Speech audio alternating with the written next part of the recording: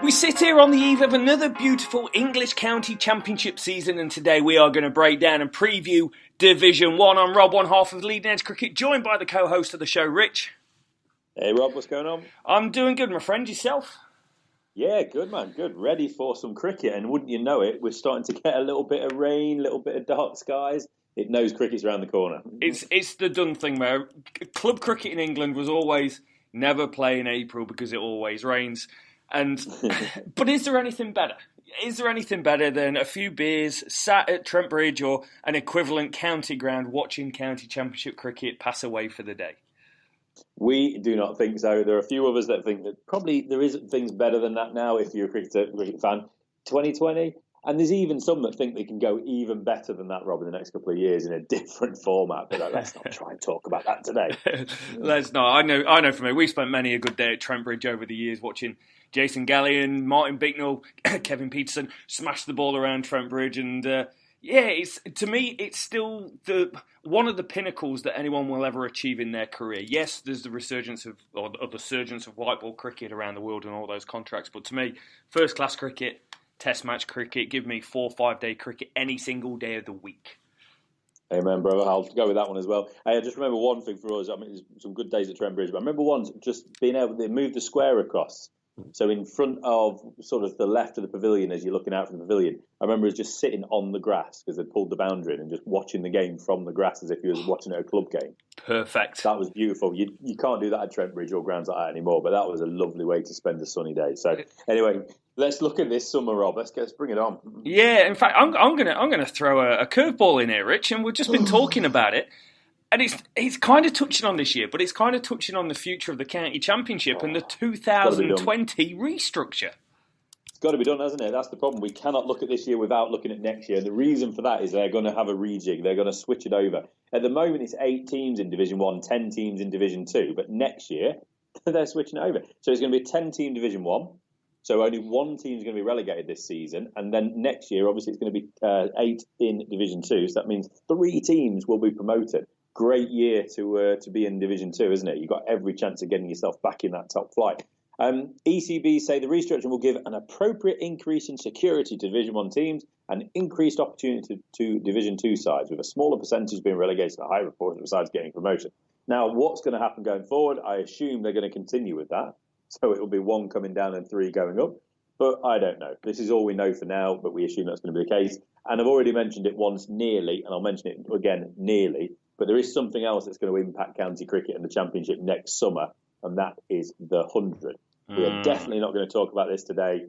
Go away, you horrible little brat. But we're focusing on the glorious 4-day championship cricket, Rob. So there's 8 teams in Division 1, 10 teams in Division 2. Next year, yes, 3 teams go up, 1 team go down, so it goes to a 10 and 8 structure. And yep. Is it a one season deal, or is it the following season it goes to a 12-team structure and a 7-team structure? Eventually, you've got one team playing by itself. Yeah, of course. Yeah, that's what I'm trying to make out. I don't know. This is the point. They've not really explained it very well. So you've got to assume they'll obviously rejig it for next year after this. So they're just straightening it out this year. But maybe it goes to a 2 and 2. Who knows? But I just thought it'd be quite funny if we just carried on being 3 and 1. Yeah. I like the idea of that. It keeps working its way through. One thing here. So you've got an 8 and 10 structure, and then you go into a 10 and 8 structure. Why are there not just 9 teams in the top division and 9 teams in the second division? Anyone have the answer? I don't know. It just seems like the most obvious thing. If you're going to have 2 divisions, just split them in 2. 9 teams in one, 9 teams in the other. Yeah. I like more teams playing top-level cricket, but you obviously at some point turned around and said, you know what, 18 teams in the league is too many. Where do you draw the line? 10 and 8? Oh, yeah, we want a few more teams in first-team cricket. We'll go to a 12 and 6. Interesting. I think we've found the Rob rant, haven't we, already? Jeez, here's me thinking we're going to look ahead to County Championship and look at all the teams for this year, and instead it's Rob on his rocker now, isn't he? So, you all right? Are you okay? I've woke up on the wrong side of the bed. Yeah, I'm getting ready for the Marvel launch. That's what it is. I'm getting my inner Hulk ready. I love it. So, yeah, it's all odd. Answers on the postcards for anyone that does know why it has to be a 10-8-8-10. It can't be a 9-9. What about promoting a couple more minor counties? Make it a 10-10, Rob. Oh, I'd love that. I'd love fluid promotion through the minor counties and scrap the minor county name like they are and just have 4 divisions, and progressive cricket. I think you'd like to see a club team be promoted to county, but I'm not quite sure that's how it works. I would love it. I've played on many a good ground that's the groundsman is the local sheep. I think that would be interesting cricket. So the best place to get stuck in is what went off in the league last year, especially against our predictions, Rich, and who is going to be in the league this year. And then what we're going to do from there is break it down team by team all the way through and give our predictions on the year. Yeah, definitely. So predictions probably aren't worth much after looking at what we predicted last year. But let's have a look. Division 1 in the County Championship. So Surrey were the champions, 254 points. They cruised away from Somerset, yet to open their account in Championship titles, aren't they? Essex, 2017 champions, they finished 3rd. Yorkshire 4th, Hampshire 5th, Notts 6th. Stayed up by the absolute skin of the teeth over Lancashire. Same amount of points, but it was I can't even remember what it was now, but who cares? Not stayed up, Lancashire went down. Yeah. And Worcestershire finished bottom, so they were straight back down, the new yo-yo side. Looking at our predictions, Rob, we got one prediction correct, and that was Worcestershire to finish 8 out of the 8. Not bad. We predicted Lancashire for the title, and they got relegated in 7. So the only other one... No, actually, I tell a lie. We got another one right. Yorkshire in 4th place as well. We got that. So that's pretty good. And an honourable mention to getting Essex in 3rd when we said 2nd. But it was 6th place and 7th place in our predictions that won the league and finished 2nd. So maybe we'll be better this year. I don't think we will, but that's where we predicted. And who cares? Yeah, the one I'm going to touch on in that league is Lancashire getting relegated was a massive shock to us all. They really struggled because that team, when we went through it, was legit. And the other one was Nottinghamshire. They were really saved by that incredible early season form. They won heaps of games, I think 3 or 4 games at the start of the season, and then never really won a game for the rest of the season. But they did enough early doors, and it's the course of a 14-game season that dictates relegation and promotion. Exactly. Lancashire, we're going to get to them shortly. Lancashire still have an excellent squad. That is not a Division 2 squad, and you'd have to expect, spoiler alert, that they're going to come back up as champions. But we will get to that shortly. We will. So where are we going to start off today, Rich? Are we going bottom to top, or are we going alphabet? We are alphabetising the order today, Rob. Let's do it. Let's shake things up. Let's get on with it. So starting with the alphabet from A to Z, we are going to start with letter number E. It is Essex. They finished 3rd last season in Division 1. I felt like I was breaking into song then, Rich. I just like the fact there was letter number. Was it number? I can't remember how you said it now. But it made A it to Z, anyway. Starting with letter number E. That's the one. I'm a big fan of that. I am all over this. Essex is where we begin. This is where we begin. 3rd place finishing last year. Coach Anthony McGrath. We all remember Anthony McGrath. Captain, the carefully pronounced Ryan Tender-Scarter, or not Tender-Sharter. They have Peter Siddleback, massive signing for them this year. They've got a couple of T20 signings, Mohamed Amir and Adam Zampa, but we're not going down that route today. Jack Plum comes in, Cam Delport as well as a T20 guy who's coming in this year. Out, James Foster, he has retired. And they also released Matt Dixon, Callum Taylor and Asher Zaidi. 2017 champions, as we've already said, they went undefeated that year. But last year, when they became the team to beat, they had the target on the back. They did find life a lot tougher, Rob. Big challenge from this year, I'd say. But the bowling attack first off, Siddle, Jamie Porter, Sam Cook, Simon Harmer. That's going to be big. That's going to be huge for them. And there's a huge name in the batting lineup as well. At the top of the card, Sir Alistair Cook is going to be available again. And if he finds form at the top of the order, he will be just incredible, won't he? I nearly invented a new word. That's how good he's going to be. There's also got the likes of Nick Brown, Varun Chopra and Tom Wesley at the top of that order. Lots of players with either England aspirations or, obviously in Westlake's case, played for England. So that's a lot of talent there. There's obviously other players in the squad we'll talk about in a minute, Rob, but that's where Essex lie. What do you reckon? Pick the bones out. Oh, really strong, mate. That bowling unit. Now, they might potentially lose Peter Siddle towards the back end of the season for the Ashes, yes. But Siddle, Harmer, 57 wickets last year. Jamie Porter, England aspirations. He got 70 odd the year before, 58 last year. And also, there's Matt Coles and he's kind of a bit of a maverick, a bit out there. He gets in trouble a few times. He's a bit like the Jesse Ryder of the Essex team. He's got the ability to change a game quite quickly, but the batting is where they failed last year. So many of these big names that they got really, really struggled. But this year, with Alistair Cook, Tom Wesley, it seems a long time ago that he was in that England lineup. Surely it's time for him to start turning a corner and start scoring some runs for them. Dan Lawrence, we mentioned him in the future England cricketers video that we did. He's in and around that team. And Nick Brown, we were talking about as a potential replacement for Alistair Cook. Again, yeah, he was in the conversation, wasn't he? Yeah, he just kind of fell to the wayside. He didn't have his best year last year, but these are guys that are tried and tested at this level, can go and score runs, and you put the two together and you go, that's a really good batting lineup, that's a really good bowling lineup. They have got to do better than last year. Yeah, and I expect they will do. Alistair Cook coming back is going to be incredible. There was a little bit of talk, I think it's just media chat, isn't it, about what about a recall for the Ashes? No, I don't think that's the way to go. He's going to be a key player, Rob. Would you agree, Jamie Porter, Simon Harmer, probably another couple of key players? I think Simon Harmer in all forms of cricket, 106 wickets in the calendar year last year, 2018. Wow. Just unreal. I can't see past that trio as being anyone else being more key to the outlook for Essex in the coming year. No, it's possibly the best. Before we start breaking down the bowling quartets around the league, you are going to be far stretched to try and find a more consistent performer and set of players than those four in the bowling unit, mate. They are incredible. 100%. For each team, we're going to have a look at the key players who we think are going to be the star men for each team, and the up and coming, a batter and a bowler. Give or take, we might tweak it a little bit here and there, but a batter and a bowler. Who's the up and coming players, Rob?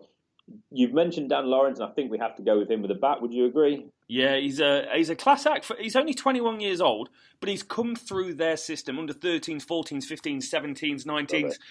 Essex second team, Essex first team, 55 first class appearances in he's 21 years of old, mate. 37 batting average, 8 centuries to his name, and scored 50 in the MCC versus Surrey game. Big things should come from this fella. There's a lot of talk around one or two other up-and-coming players, the likes of Joe Clark and others, but Dan Lawrence is a name we all need to keep an eye on. Another name, a Cook, not quite as famous as the Sir at the top of the order, but we have Sam Cook, brilliantly nicknamed Little Chef in the dressing room. He's a bowler with some talent. 27 wickets last year at just about 25.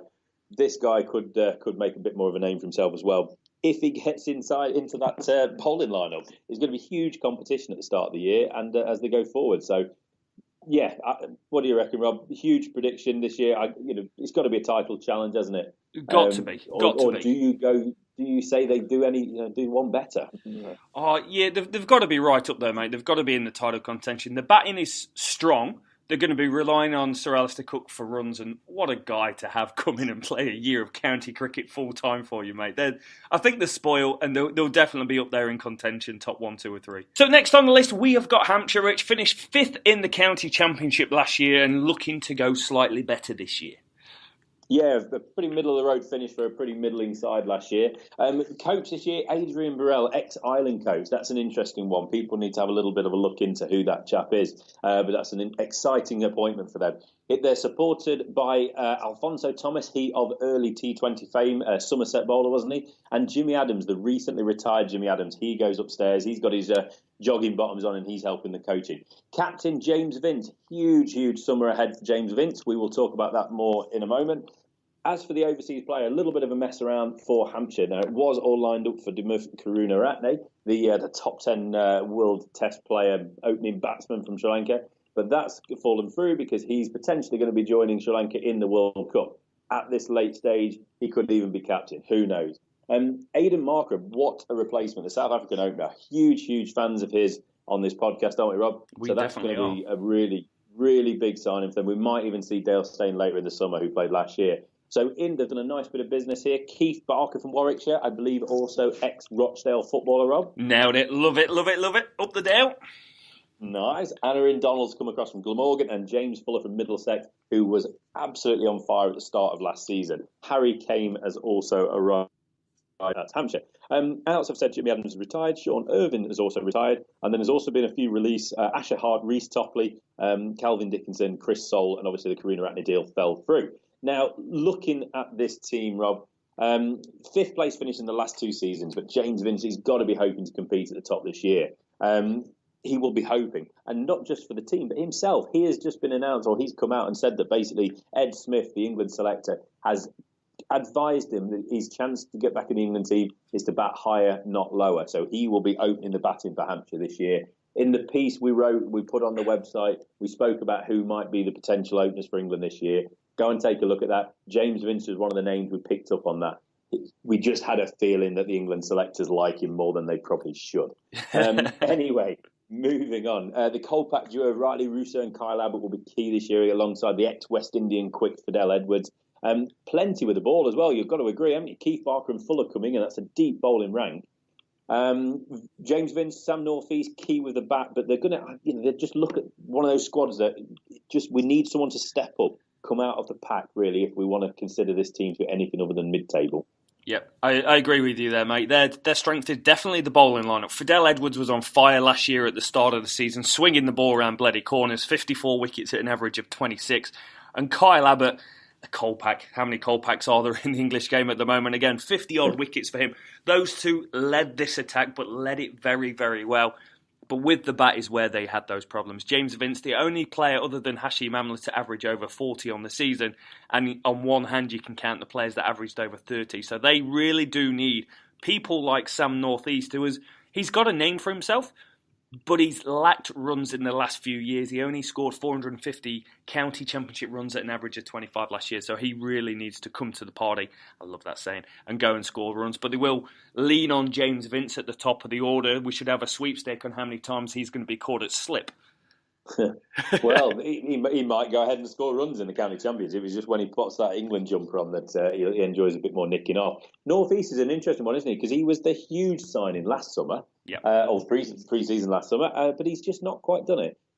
So I don't know. I struggle with this side. I can't really place what I think they're going to be doing. Your Kyle Abbotts, your Fidel Edwards, your James Vince, key players. I think, if you want to add any, Rob, just throw them in there. But I think they're going to be the key players this year. I don't know. I struggle with these, where to place them, Rob. Yeah, it is a difficult one, but they do come in decent form. And it's a strange one, English cricket. The fact that they go and play the university teams, sometimes I've not quite got my head around. But in March, they turned up. Sam Northeast got 100 in the middle order. James Vince got 139 opening batting. Liam Dawson got runs. Keith Barker got runs. And then bowling-wise, they looked strong. Fidel Edwards with wickets. Liam Dawson with wickets. The bowling attack early season, Rich, I'm going to make a call, is going to win them games. Because it is a very good bowling attack. And Abbott and Fidel Edwards are going to take wickets. I think it's when they come back after that break, they are going to struggle. And they're going to be down in and around that relegation zone for me. Yeah, no, that sounds right. It sounds right to me. Up-and-coming players. Anwar Donald has come across from Glamorgan. He's still a young fella, opening batsman, or at least a top-order batsman. Double centurion in 2016 at the age of 19. So he's only 21, 22 years old, isn't he? He's a player that we probably need to keep an eye on. I know Glamorgan will be very disappointed that they've lost him. With the ball, that's a little bit more of a tricky one for Hampshire, up-and-coming player. Kyle Abbott's probably a known quantity. James Fuller, we don't know as much about him, but he's not a young fella. There is one player in this squad, Rob, and I don't know if we could call him up and coming because he seems to have dropped back down again. But Mason Crane is still in this squad. Wow. Can he start to fulfil some of that potential that got him an England cap a couple of years ago? Wow, it does seem a long time ago that Mason Crane, who shares my birthday as well, I'm just putting that out there, actually played a test match for England. It was 2018 down in Sydney. But the young lad, he's only 22 years old, Rich, but still only played 32 first-class games, 77 wickets at an average of 46. So there's potential there, but it's a hard road being a spinner in English conditions, especially being a leg spinner in English conditions. He needs faith shown in him, and he needs to be thrown the ball, and I'm not sure how much cricket he's going to get early season during some of these seeming wicket periods. No, he's got Liam Dawson in the squad as well, so that's going to be a tough one to get ahead. But Mason Crane, we will keep an eye on him. Middling again. I think we're going to see a third year of fifth place. That's going to be my prediction for Hampshire this year. Next up, Rich, in the alphabet, we have Kent, finished second in Division 2 last year, newly promoted and hosting our favourite, Daniel Bell-Drummond. Hi, Daniel. Yes, they are. We are still aboard the Bell-Drummond train, aren't we? Yes, they did. They got promoted as runners-up last year. A big surprise, I would say. I don't think many people had money on Kent coming up a second. We probably did not, but we'll get to that in a bit. So, coach Matt Walker, he's still around. Captain Sam Billings. I'm starting to warm to Sam Billings. I'm reading more about him, hearing more what does he say, what he's got to say. He's a maturing player. He's with the IPL, obviously, so the start of the season is going to be a little bit disjointed, but he will be back and he will be important. Overseas players, this is a good sign in my book. Matt Renshaw, the Australian batsman. They have a couple of T20 players. It's worth just mentioning Mohammed Nabi and Adam Milne. They'll be around the county at some point. It's always worth mentioning these as well because you never know what might happen. It might be an injury to Renshaw and suddenly they give a contract to one of these T20 guys. So that's why we mentioned them. Yeah. Matt Milne from Nottinghamshire. Well, we know his dad, don't we? We do. We played with his dad when we were young. So that's why we like to see, hear him talk about Matt Mills and hope he does really well this year. He's moved across from Notts and I really hope this will be a good opportunity for him. Fred Clarkson comes in from the Netherlands. Jordan Cox, obviously Matt Renshaw is both in as well. The outs, Will Gidman, he's moved on. James Treadwell and Matt Hunt, they have all retired. Newly promoted, as we say, they were going to be looking, they really are going to be hoping to kind of take last year's form, aren't they, into top flight. But main aim has to be to not be the one team relegated.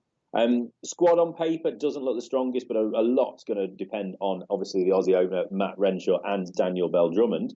Do they have enough with the ball? Matt Henry last year was unbelievable, Rob. Yeah. 172 wickets, 427. I don't know. It's a ridiculous figure, wasn't it? But this year, when you look through their bowling lineup, it's a huge opportunity for a Milne, for example. But it's also an opportunity for the likes of Ivan Thomas, Harry Podmore, or also Grant Stewart, 25-year-old Australian with an Italian passport. That's what we like in county cricket. Right. Who's going to step up? Who's going to lead?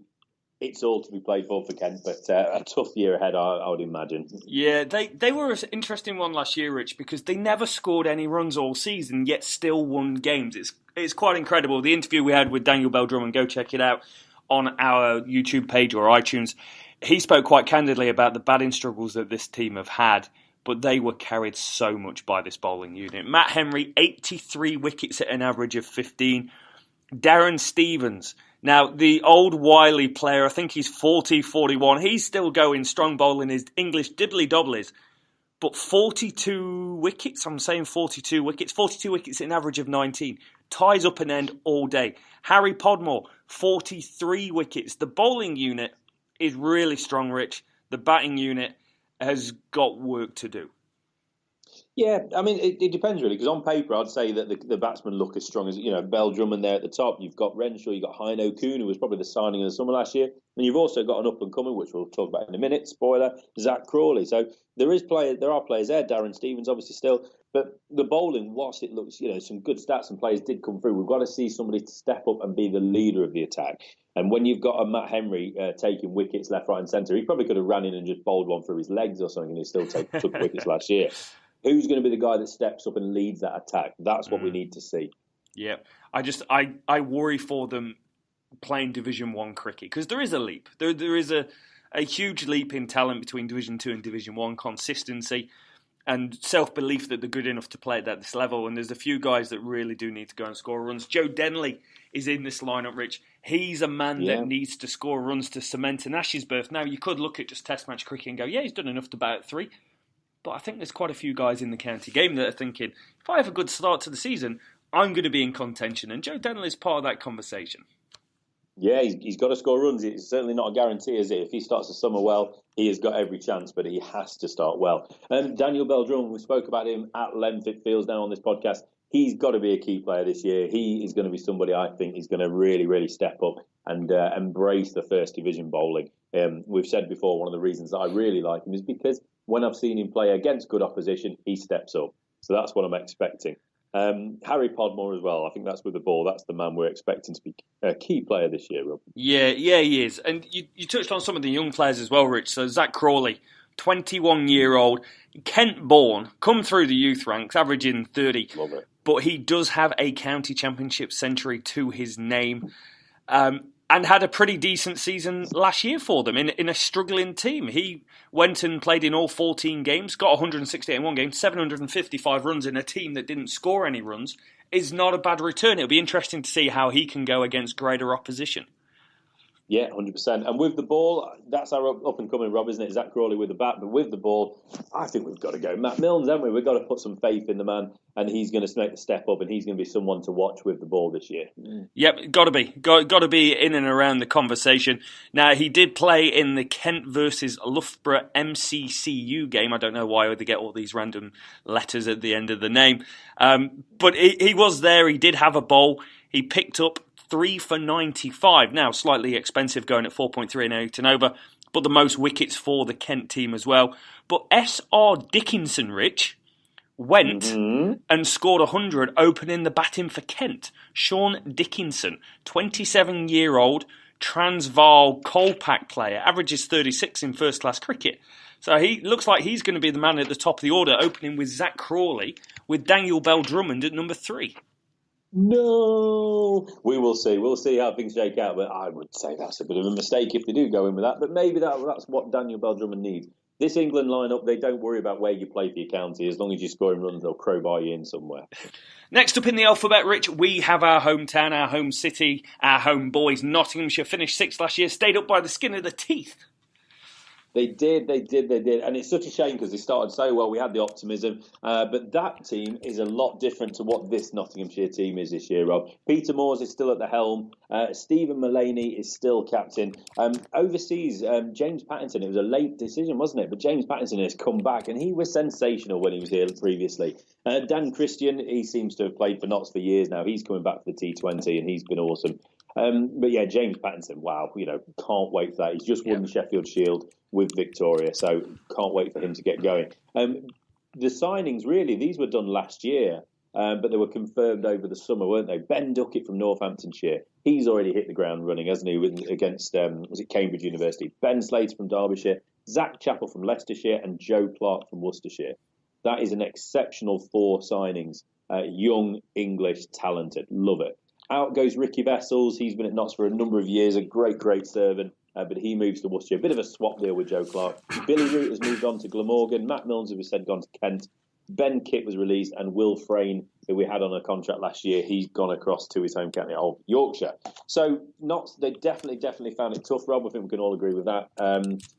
Runners up in Division 2, weren't they, to get promoted the year before. It's a really tough one for how we looked at them last season, but I think we just need to kind of wipe the slate clean because they should be aiming to challenge for honours this year. Now it might come in the white ball, but it might come in the county. Joe Clark, Ben Duckett. There's no better individuals. I'm going to say no better double act really of young batters than those guys, but they could be really knocking on the door for England. So that's a huge one. Likes of Zach Chappell and Paul Coughlin, all-rounders, bowlers that really could make a name for themselves. Zach Chappell bowls quick, while Coughlin missed the whole of last season with a shoulder, wasn't it? A dislocated shoulder he sustained playing for the England Lions. He was a darling of the Lions, and he was a real up-and-coming player. So I think people have probably forgot what we have with him. But it's a young squad, so we're going to be looking to the likes of Nash, Chris Nash, Samit Patel, etc., and Mullaney to really guide this team through. But I'm optimistic. Very optimistic, mate, and led by Stephen Mullaney, who's one of the finest out there. He's 32, but he's one of those players he was a good white ball cricketer, but he's matured as a county cricketer over the years and really become a leader amongst men in this Notts dressing room. So he's going great guns. But the Notts team, it speaks volumes that they did their work and their signings towards the end of last year, and then they've not touched it this season, mate. They are very happy with the squad that they have built. And James Pattinson, I'm going to start with James Pattinson because I don't know if you saw the highlights of this. I watched the highlights of the Sheffield Shield final. He was superb. Him and Peter Siddle for Victoria were outstanding, mate. He got 4 for 41 and 3 for 30 in the contest. He's a world-class bowler. And you're having someone like him coming in and bowl on a green seamer in early April for a few weeks. I am very, very happy with what this bowling lineup is starting to look like for the Nottinghamshire team. Throw in that Stuart Broad will be playing in there as well, Rich. Jake Ball will be around. Luke Fletcher will be doing Luke Fletcher type things for a long time. Harry Gurney obviously won't be bowling anymore in first class cricket. He'll be missed, but as a white ball cricketer, he's great. But it gives opportunities to the guys like Luke Ward and people like that who deserve an opportunity and are probably good enough to take that step up now. Yeah, the squad's getting some depth to it as well, isn't it? I mean, that bowling, that's just ridiculous when you reel off all those players. Luke Wood, just worth mentioning, he's popped across to Northamptonshire for the first couple of games of the season on loan. Gurney definitely will be a miss. And it should be mentioned as well, Alex Hales is still on a white ball contract, so still don't have him to fall back on.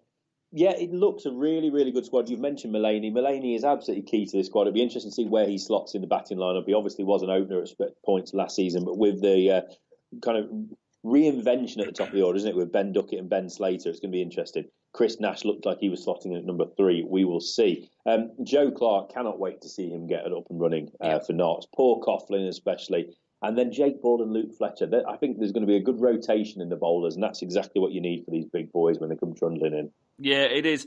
And in the warm-up game, Rich, they gave a bit of rotation into the batting lineup as well, which is quite interesting. So Ben Slater and Ben Duckett, the Benny boys at the top, the pair of Bens, Ben 1, Ben 2.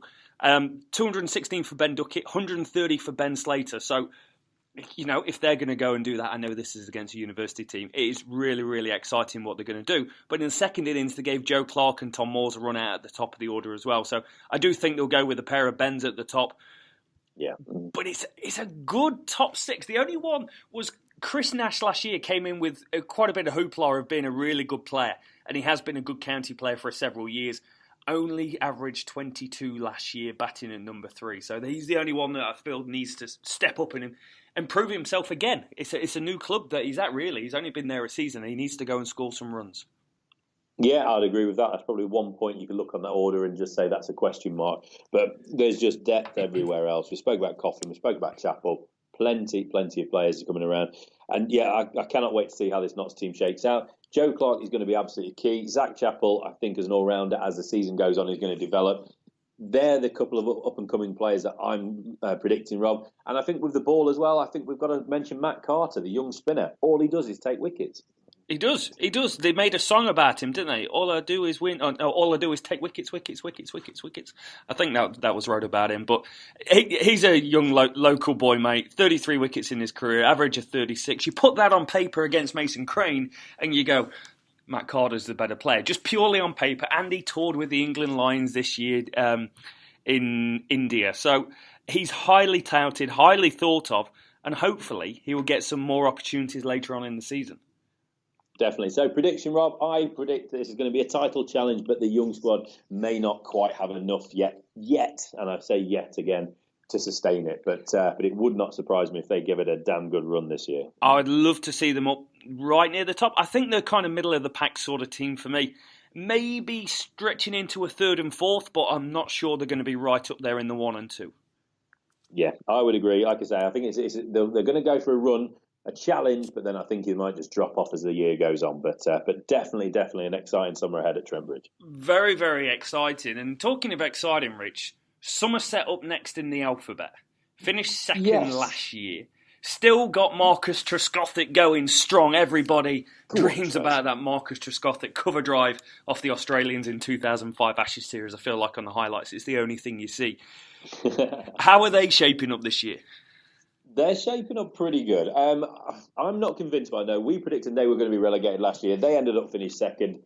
Maybe they proved us wrong. Maybe they just got away with it for a year. Who knows? Jason Kerr at the helm for these guys. Tom Abel captains once more. And they have Azhar Ali, the Pakistani international, playing for them. Jerome Taylor coming over for the West Indies, from the West Indies for the T20. Jack Brooke comes across from Yorkshire. Good signing. He'll be donning a slightly different colour headband this year, but he's going to be steaming in still. Finn Trenmouth has been released. Joanne Myberg retired. And they also, it's worth mentioning, Matt Renshaw. He's obviously with Kent this year as an overseas player, but he did pretty well last year for Somerset. So last year's runners-up, and they've been runners-up twice, Rob, in the last 3 years. So they really can't quite push it over the line to win their first championship. The skipper, Tom Abel, he had a pretty good 2018. He became a real key piece of that lineup, but a lot will still depend, as we say, on the evergreen Marcus Trescothick and James Hildreth. I nearly called him James Trescothick. That's how long they've been playing together. They are merging into one player. Azhar Ali is going to be key as well with the bat. With the ball, we've mentioned Jack Brooks. But a stocked bowling department, Jamie and Craig Overton, they of potential, but they're probably getting on in age now, but they'll be still looking for those guys to kick on for them. and really, really kind of make a name for themselves. Somerset, 2 spinners. They have the options. 2 international spinners. Jack Leach, will he be playing for England in the summer in the Ashes? If he is, Dom Bess might get a chance again, but we shall see about that one. It's a good squad. Not the youngest looking squad, but they're definitely win now mode, I would say. So they should be competing once again, Rob. They've got to be up there. I'm just going to say, you've got Jack Leach, you've got Dom Bess. If I was one of the other 17 counties, I would be looking at this going, that team doesn't need 2 spinners in that team. Surely I'm going to be trying to poach one of those spinners to come and play for my county. Yeah, definitely. And he played, with the ball, it wasn't maybe the answer for Notts, but with the bat, he showed a little bit for Notts. Did I just say Notts? Can't stop talking about Notts.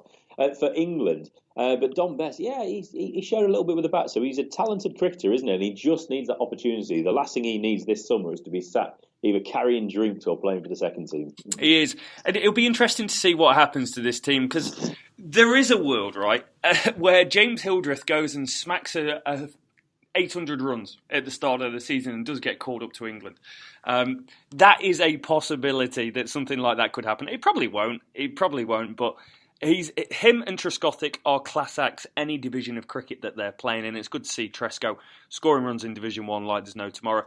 Tom Abel, very, very good player. Averaged 40 last year, 883 runs. They'll be hoping for more of the same from him. He's still only 25 years old, Rich. A career average of 30, so last year was a pretty much a career year and a breakout year for him with the bat. Yeah, definitely. And a lot's going to be asked of him again. You just can't go past the Trescothick and Hildreth axis, can you, though, for what's key this year? And obviously Somerset are going to have to be replacing that sooner rather than later. Tom Abel is one of the young guys. And the fact that he's captain in a team with such experienced players and like Azhar Ali and others says a lot about him as a player. And I think even though he is captain, I think we have to put Tom Abel as our up-and-coming batsman for Somerset. Do you have a bowler for Somerset as an up-and-comer, Rob, or would we have to say Dom Bess? I think you've got to go with Dom Bess, mate. He's only 21 years old, 2 test matches for England, 3 wickets at an average of 40, average of 37 with the bat. He hit that incredible 50. Did take 1 for 159 against the MCC for Surrey and Dubai, so slightly worrying start to the season, but I wouldn't worry too much. The bowling lineup as a whole for this team, mate, is pretty good. Like you've said, you've got the 2 great spinners, Overton brothers. Now, I think it's safe to say that both of them are out of England contention at the moment, so you've got them for the whole season. 26 wickets for Jamie last year, 37 wickets for Craig. They are they're the best brothers playing in the league. I reckon they've got to be, haven't they? As for prediction, I can't really decide what I want with these guys. I look at this team, I read about them, I just think I don't know how they can be second again. I don't know how they can compete at the top of the league again, but they probably will. It wouldn't surprise me though if they have a tough year and they have a fight on their hands. I don't think they'll go down, obviously, because it's only one going down. But I just cannot see them finishing second. But do you know what? Anything could happen. It wouldn't surprise me this year in the Championship. Yeah, anything's possible, mate. Mid-table-ish. I can't see them finishing in the top 3 or 4 unless Hildreth and Trescothick, who are 2 of the greater batsmen in the division, really just lead from the front. Exactly. So the next S. The big S, the one with what seems to be the Man United class of 92 youth system coming through year on year.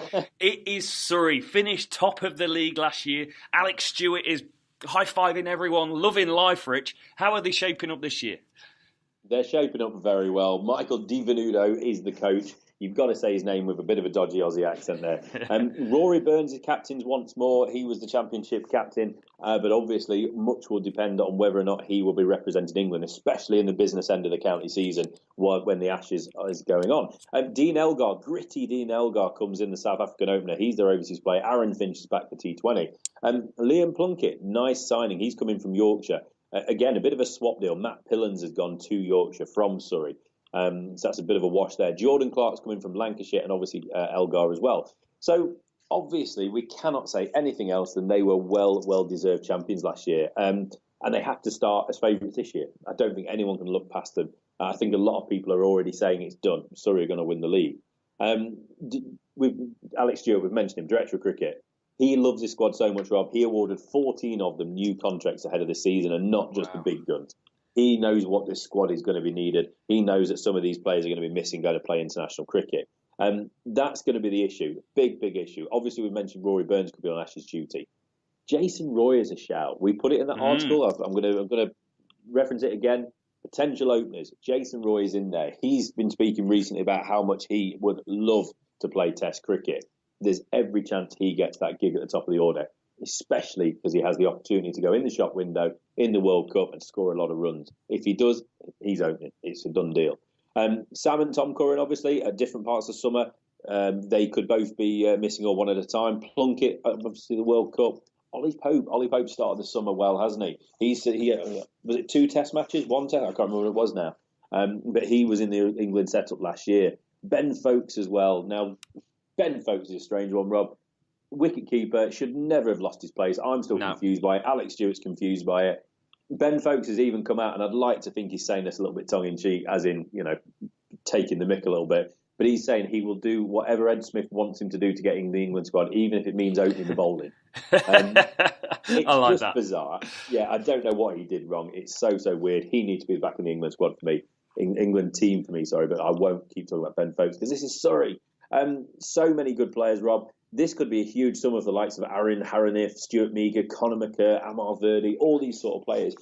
And that's going to be just the thing with this squad, isn't it? What will happen if half this squad are on international duty? Can they sustain the challenge? I think they can, and I'm putting it out there before I start talking through it. I'm going to say Surrey are favourites to go back-to-back this year. They are really, really strong. Ollie Pope was fantastic last year, almost 1,000 runs, and he started the season in great form. 251 against the MCC down in Dubai, mate. He is going to have an absolute worldie of a year again, and I think he's going to put himself in contention for that solid but failing England middle order that no one seems to be able to break into. So I think he's going to be in and around there. I think Ben Foakes is probably going to come back at number 3, given his conversations that he's been having. England are looking for a number 3. I think you'll find him pushed up that order. Rory Burns is going to score runs. Jason Roy will be wanting to play more red ball cricket, given that the Ashes is coming around and he's being touted for an Ashes spot.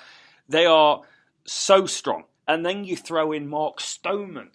Stoneman was good in the Ashes, but he's kind of gone under the radar. He didn't have a great season last year, kind of dropped off, only averaging 33. But he's still a solid, reliable cricketer. And then they've got a whole breadth of youngsters in and around this team. I just mentioned Ollie Pope. You mentioned McKerr, who, 5 games last year averaged 21 with the bat, 13 wickets, averaged 18 with the ball. Exciting young team, mate. Yeah, absolutely. And they've got both ends of the spectrum, haven't they? Ricky Clark's still in there. Mornay Morkel is in there. This team, you can just keep reeling these names off. But on the other end, Will Jacks. Will Jacks, he of 25 ball 100, fastest ever 100 in the recent T10. Amar Verdi is another one. We got excited about him last year. But he was in the conversation as far as we was concerned about where England go for the next spinner. He didn't get there, but this is somebody to keep an eye on. And it's brilliant because he looks like Monty Panesar. It's uncanny how much he looks like Monty. And I absolutely love it. And I'm really excited by the talent of this guy.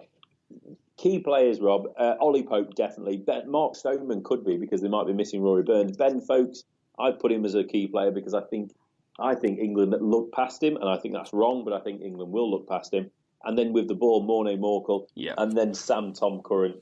It doesn't matter which one. They're both key players for them. Yeah, Mornay Morkel is such a signing for this team last year, mate. When he retired from international cricket, he's like, I'm going to go and cold pack. 59 wickets at an average of 14 last year throughout the whole season. He still should be playing Test match cricket. He's still good enough to play Test match cricket in average 23, 24. So having someone like that, and also having someone like that with Tom Curran and Sam Curran kind of living under the learning tree in county cricket as well is a damn good thing for English cricket.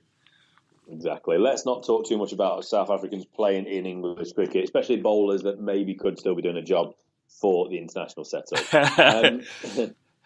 Up-and-coming players, I don't think we can look past Ollie Pope and Amar Verdi, but there is a stack of them. Like you said at the top, Rob, huge chance to repeat. All depends on England selections and how the reserves set up, but I don't think we can look past them at the moment to claim another title-winning season. No, I completely agree, mate. And another one, we're going back-to-back champions here, Rich. Warwickshire finished top in Division 2 last year, promoted as champions, and I quite like them. I quite like them. Are you turning into our dear friend Christopher Tall now? I might be going a bit on the Tawley train here, but I think they look pretty solid. Breaking news. They are led by ex-Warwickshire and England international, bizarrely. But I think he was a specialist fielder when he got into the England ODI setup. Jim Troughton. Paul Farbrace has come on board as Director of Cricket. He's been obviously with the England setup for a number of years now. Great experience. And talking of great experience, Jeetan Patel remains there as the overseas player and as captain. Ashton Agar's coming in for the T20, Rob. That's an interesting one. And Liam Norwell, or Liam Norwell, however you want to pronounce it, comes across from Gloucestershire, along with his Gloucestershirean buddy Craig Miles. Big outs, though. Grant Elliott has retired. Jonathan Trott obviously has retired as well. Chris Wright, as the bowler's moved across to Leicestershire.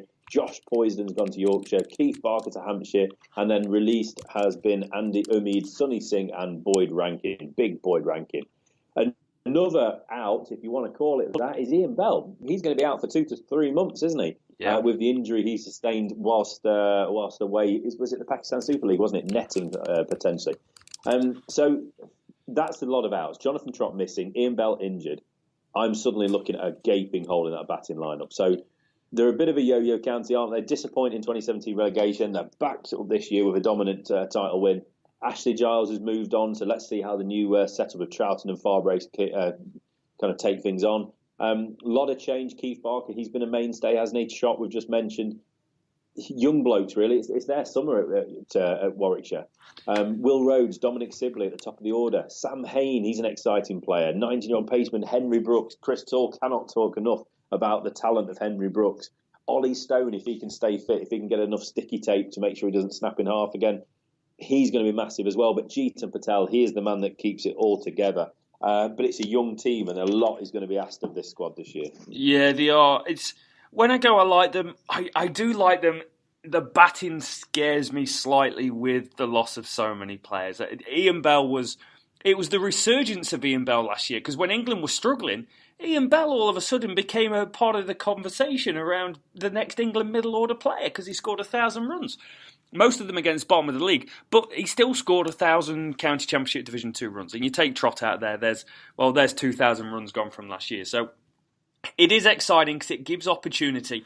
And more importantly, it gives Division 1 cricket for future England players, such as Will Rhodes, who we're touting as one of the top 6 openers in the country, and Sam Hain, who as a white ball cricketer averages about 55 and is absolute class, needs to do better with the red ball. He only averaged 35 last year, but let's throw him up there. Let's put him in Division 1 cricket and see if he sinks or swim.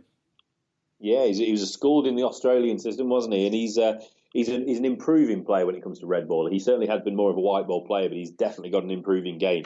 Dominic Sibley as well had a big year. Chris Wokes is still there. Tim Ambrose is still there. It still looks like a Warwickshire team. With the ball, though, this is where I'm excited, Rob. Really am. I'm going to join in the excitement from Tawley. Yeah. Henry Brooks. This is a long, long summer. We are where we are now. He hasn't played much cricket. He got injured, I think, last year as well, so we missed a little bit.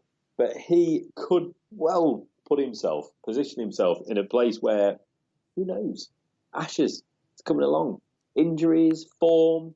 It's a long time before we get to the Ashes, isn't it? Who knows what's going to happen? But if he plays well, start the summer and keeps it going, stays fit, he could get himself somewhere near that squad. Also, I just love the fact that Warwickshire have Ryan Sidebottom. No, not him. The other Ryan Sidebottom. The other Ryan Sidebottom. You spoke about the importance of Jeetan Patel, mate. The guy will be 39 years old in the next month. But he's still going strong. He made his debut all the way back in 1999 for Wellington against Otago. He's just finished the first class season down in New Zealand, mate. He's still playing 12 months a year. He's unreal talent, isn't he? He's just never seems to end for him. He's great in all formats. It's not like he has a break when the white ball comes around or anything like that. He's going to play more cricket than anybody else in England this summer. And he's also in danger. And it won't be this year, Rich, but he is in danger, if he plays till the age of 40, of being one of the few men in the modern game to actually go and break 1,000 first-class wickets. He's on 828 at the moment. I don't know how much more miles there are in the legs or spin in the shoulder. But that's, to me, I look at that and he goes, if he plays this year and next year, he's going to break that 1,000 wicket mark. He's got a chance. And if he has a big year, then I reckon, with one or two of the batsmen, there's a chance that they stay up, isn't it? With one coming down, it's a good year to be in Division 1, isn't it? It really is. So you don't have to worry about it too much. Other key players, we spoke about them with ball, Holly Stone, Henry Brooks, Sam Hain with the bat. It's just, I don't know. Again, this is one of those teams, isn't it, where you just can't quite get a handle on what they are. They're exciting. You start listing off some of these young players, it's an exciting looking team. You then look at some of the gaps that potentially some of the players that have left and the injured player, whatever, Ian Bell, have, the gaps that they've left. Where do they go? Where do you look at this team? I think staying up is going to be the first and major aim for this team. Yeah. I think they could be in a battle with Kent to be that one team that gets relegated. But on paper, there are some exceptional players and there's some really, really exciting young talent. Yeah, I agree, mate. If it was a Football League table, you'd be looking at them saying you need to try and get to 40 points as soon as possible. They are in danger just because of the turnover of players, and it is quite unfortunate that Ian Bell's out injured. You put a Bell in that middle order, all of a sudden you start to feel a little bit more confident, but it is putting a lot on the younger players. I'm going to say they're going to be in and around that relegation zone, but with some moments of absolute brilliance thrown into the mixer. That sounds about right to me, buddy. Absolutely spot on. So the ones to watch, just to make sure it's clear, Will Rhodes with the bat in my book and Henry Brooks with the ball. That seems fair to me. So the final team, the final piece of the puzzle, and one of the most interesting signings English cricket has seen in many a year. Let's go north, for the north, and let's go to Yorkshire. Oh dear, they'll be getting all grumpy with the fact that we've done them last, won't they? They will. It's just where you are in the alphabet. Get over it. Exactly, yeah. Fourth in Division 1 last year. Andrew Gale, the old kind of batsman at the helm. Martin Moxon, a very old, sorry, very old, that sounds harsh. I just mean that he was played quite a few years ago. That very old cricketer for Yorkshire. Captain Steve Patterson, overseas players, well, not really, sort of. Do they have an overseas player this year? That could be argued. So Josh Poison comes in from Warwickshire, Matt Pillans from Surrey, Will Frame from Notts, and Dwayne Olivier.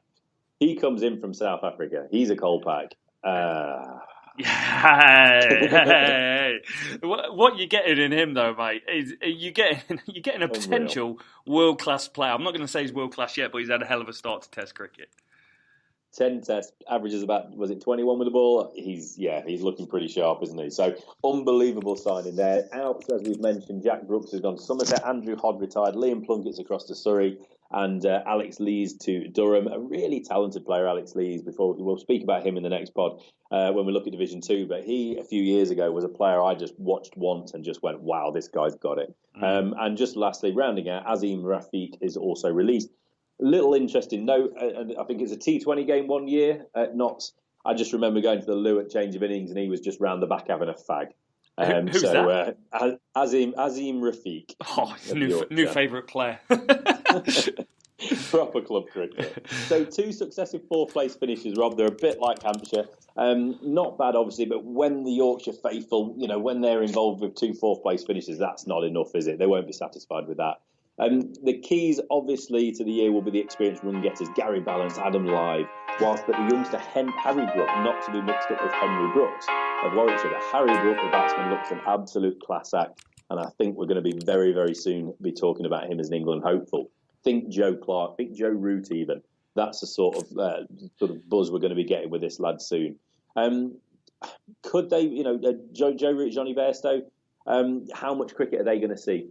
Joe Root's going to be starting the summer, isn't he? We spoke about Stuart Broad starting the summer with Notts. Joe Root starting very soon, Rob. This Friday, Yorkshire against Notts. Root versus Broad. How much cricket do those boys play will be huge to see what could be a really tight Division 1. It could make all the difference if they can get those guys involved a little bit. With the ball, we've already mentioned Steve Patterson. He just seems to take wickets. You look at him and he doesn't look remarkable, but he moves it nicely and he's a decent, consistent player. Dwayne Olivier, he's going to fire them. He's the strike bowler. And Matt Pillans as well, not to be underrated, a good player there. He was someone I was looking at doing a bit of a 360 on last year, and I might still do at some point if he starts the season pretty well, because he's got a very interesting backstory. Youngsters, Ben Code, Matt Fisher. There's a lot of talent in this squad, Rob, but can they put enough together to have a run at the Championship? I'm putting them up there, mate. I think they're one of the stronger teams, especially when they get all the England players involved. So if you've got a Johnny Bairstow playing in the same team as a Gary Ballance, a Kola Cadmore, a Joe Root, all of a sudden you start going, holy moly, that top six is pretty special. And Adam Lyth, ex-England player, got an England century to his name. So batting-wise, they're strong. You take out Bairstow, you take out Root, it just gives opportunities for younger players coming through, which I like. But Gary Ballance is the key to this team, really, in that top six. Year on year, consistently in county cricket, he goes out there and scores runs. Doesn't matter, he plays everything deep in the crease and got exposed at Test cricket. Minor detail, county cricket, he can get away with it and still average 40 and score 1,000 runs and do pretty well for himself. Yeah, definitely. It's a good squad, isn't it? Overall, though, I'm just looking through it again. Johnny Tattersall, he steps in when the wicketkeeper Bairstow goes out. Adil Rashid's still in the squad. David Willey's still in the squad. You know, obviously they'll be out and playing for England at times. Tim Bresnan's still there. It's a really good-looking squad, Rob. And I don't know. I just feel that they're still in a bit of a rebuild. Yeah. Just from the team that won the championship a few years ago. So it wouldn't surprise me if it's a bit of a middling year. And again, they're another one of them teams where if it starts going wrong, they could quite easily be dragged into a fight at the wrong end. But they could quite easily, if things go well, and with the likes of Dwayne Olivier, Ben Code and others with a ball, they really could mount a challenge as well. Yeah, that's it. The bowling attack, you put Code and Olivier in that bowling attack with a Tim Bresnan as the first James and a Patterson in there. I don't think you're quite as good as the Essex quartet, but you're not far off. You've probably got the second best, third best. You're right up there. You've got a very good bowling attack. Let's just call it this very good. Yeah, too right. They're good. And it is. We can't stress it enough. Harry Brook, keep an eye out for this guy. Yeah, Harry Brook. You know one thing I like about Harry Brook, Rich? He was born in Keighley and my dad supported Keighley Cougars rugby league team. I'm a big fan of links like that. Huge fan. Love it. But lots of potential for that young lad. My outtake for Yorkshire this year is they are going to be one of the top 4 or 5 teams in the league. I don't think they've quite got the quality of depth coming through after the England boys to win the league, but I think they're going to have a great start to the season. So that's every team broken down, Rich. Week 1 starts this Friday in England. Very, very exciting. Who have we got playing who, week 1? Hampshire are hosting Essex, Notts are hosting Yorkshire, and Somerset play Kent in the County Division 1, Rob. Just roll on, isn't it? It's just fantastic. Warwickshire don't get started until next week. Neither do, who else? Was Surrey as well. They're hosting Essex next week. So a couple of teams don't get started straight away, but it's here, Rob. It's here. It's Friday. It's cricket season, and I'm nowhere near playing it. It's sometimes the best way to go, mate. No, it's starting to sink in now, but never mind. We're going to look ahead. We're going to look ahead to this county season. Hopefully, we'll get down to Trent Bridge for a little bit. Hopefully, you'll be over at some point in the summer, Rob. We'll both be able to get down to Trent Bridge for a little nosy around. Yeah, that would be quite nice, Rich. So I'm going to put you on the spot here. You don't know we're doing this. I love doing this. I love doing this. So what I'm going to do is I'm going to tell you the fixture of the games that are coming up this week, and you're going to tell me who's going to win.